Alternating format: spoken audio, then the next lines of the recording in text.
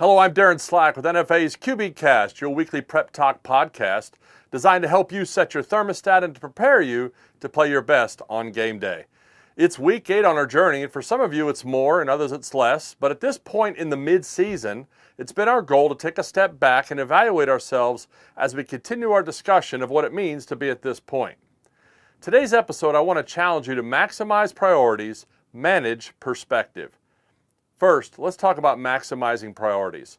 I know I've spent a lot of time talking about your game day mentality, and we still want to do that, but I'd like to address your preparation mentality leading up to game day, because that directly influences your confidence when you play. You see, priorities dictate your mental state all the way to kickoff. Every player experiences the same pressure along the way to game day, but it's how each athlete mentally prepares that determines who's most ready. Those who maintain right priorities are prepared. Those who do not get exposed. I believe there's a competitive advantage for players and teams who prioritize better than others. Now, priorities are what you make most important in your life. If you value things that have no value, your performance is going to reflect that. And this is the case for many young men. You play arguably the most competitive team sport in the world. Football demands the best effort from every player on every play in order for the team to succeed. Just because you can put on pads, cleats, a jersey, and a helmet doesn't qualify you to be a great player. You see, greatness is reserved for those who rise to the challenge in what are called defining moments. Defining moments are not only when the lights are on for game day. The biggest defining moments, in my opinion, are the ones that come when no one's watching. And you have to make a choice about what's most important with your time, your rest, your diet, your academic preparation, and your study of film. Are you going to put the team first? Or video games, texting, surfing the internet, or binge watching television? You put the team first when you prioritize your rest and recovery. You put the team first when you make nutrition and strength maintenance important. You are caring about the team when you do your homework as assigned and respect your teachers as a representative of the football team. You show your character and priorities when you value film study. These are the things that set you apart in prioritizing. When prioritizing your mindset, you have to understand the statement that others may, I cannot. Others may stay up late, I cannot. Others may give up on their future, I cannot. Others may blow off the team, I cannot. Others may try shortcuts and fake their way through practice, I cannot. Others' weakness and indulgence will not influence my priorities. This is the mindset.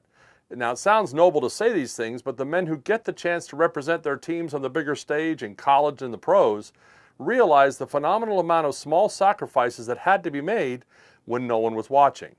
Each time you say no to yourself stings a little more than people realize. But to the man whose priorities are right, that sting is a reminder that he's still got to improve and letting go of things that don't matter.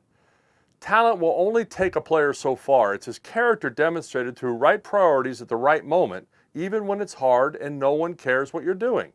That will matter most in the end. The world is full of people who worry more about when they're going to get theirs. Those with right priorities understand that delaying and denying what they want for something more important down the road always leads to better opportunities. They say courage isn't the absence of fear, it's the management of it. I would suggest fear comes in the absence of right preparation and priorities.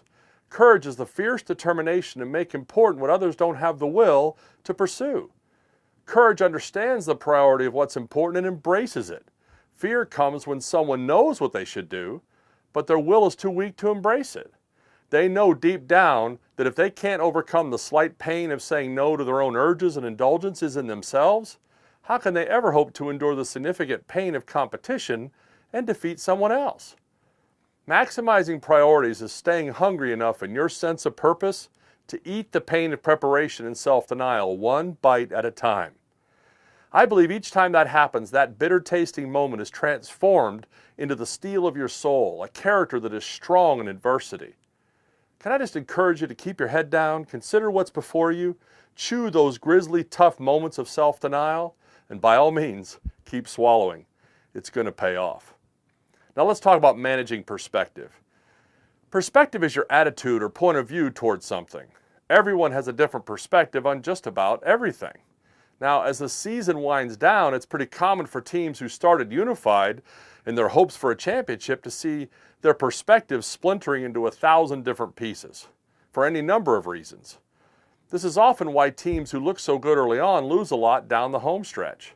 When leaders on a team lose perspective or their good attitude through frustration, fatigue, unmet expectations, anger, and the like, it becomes a virus that infects the whole team. So what happens when we lose perspective? It's simple, really. You want something that you're not getting. As a team, you may not be winning. As a player, you may not be getting the playing time or opportunities you think you deserve. As a coach, you may not be getting the respect you want from your players for your efforts. As a parent, you may not be getting the appreciation or consideration you feel you desire. Whatever the cause, there's an unmet expectation and it's getting old. Now, early on, you were okay with it not being met, but over time, we grow weary of having to deal with those around us who don't share our view of the world. And frankly, we just get tired of it. Our attitude deteriorates over time because we no longer feel that we can shift others' views to our own. We no longer feel the fight of trying to make losers into winners like us is worth it. We no longer think we can change anyone else's mind to believe as we do, and our thermostats grow cold. Our perspective falters. The great hope we had for a strong finish to the season is in danger of going completely away. So how can we rescue our perspective? It's actually as simple as the problem. Give up what you want that you aren't getting. Yeah, coach, that's easy for you to say. You don't know what my situation's like. You have no idea how hard it is.